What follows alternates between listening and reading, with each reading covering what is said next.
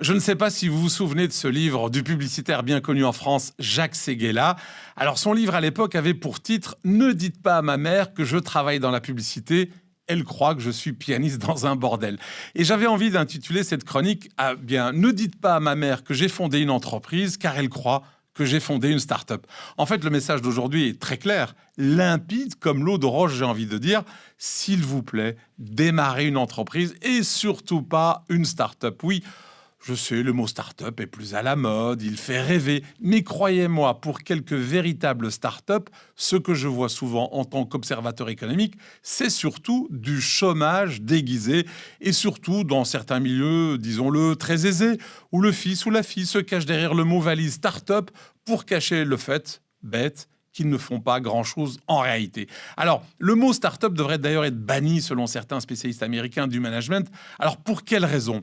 Mais parce qu'on a l'impression que la start-up est un endroit féerique, magique, que c'est un endroit où les dépenses ne sont pas un problème, en tout cas pas celui du dirigeant, mais de quelqu'un d'autre, généralement d'ailleurs un actionnaire externe qui l'a financé.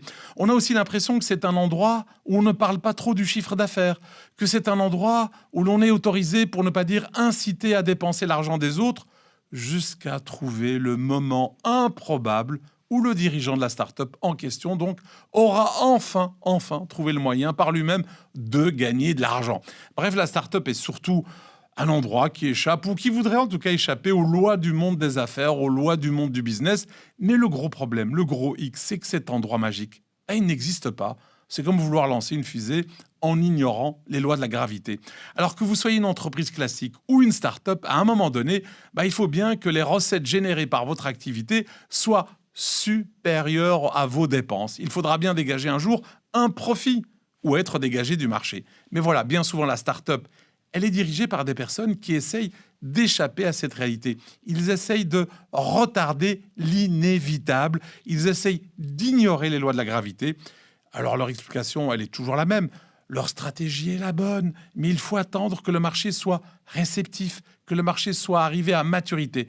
Et donc, comme le font remarquer ces spécialistes américains du management, dans le monde des startups, l'attitude générale, elle consiste à dire « Eh bien, on verra plus tard comment on fait des profits ». Alors, c'est ridicule et dangereux comme attitude. Si une entreprise ne décolle pas et ne réalise pas de profit, ce n'est pas une entreprise ni une start-up, c'est juste un passe-temps, c'est juste un hobby très très coûteux. Et donc le message de cette chronique, il est ultra simple. Là encore, s'il vous plaît, de grâce, ne vous servez pas des excuses des startups comme une sorte de béquille pour justifier vos errements éventuels. Fondez une vraie entreprise. Et une vraie entreprise doit payer des salaires, elle doit payer des factures. Et c'est la raison pour laquelle les vraies entreprises, elles se préoccupent de gagner de l'argent, mais dès le premier jour d'existence. Et ces entreprises, les vraies, elles ne mettent pas les soucis, elles ne mettent pas les tracas sous le tapis en disant « c'est normal de perdre de l'argent, nous sommes une start-up ». Non. Et d'ailleurs, avec la hausse des taux d'intérêt de ces 2 dernières années, beaucoup de ces start-up ont dû arrêter leurs activités. Les promesses n'ont qu'un temps. Et d'ailleurs, j'ai moi-même pour coutume de dire que j'ai 2 enfants.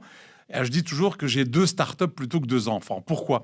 Mais parce que ces 2 startups sont prometteuses et effectivement me promettent d'ailleurs beaucoup. Mais en tant que père, tout ce que je vois pour l'instant, c'est que mes 2 startups, donc mes 2 fils, brûlent surtout du cash.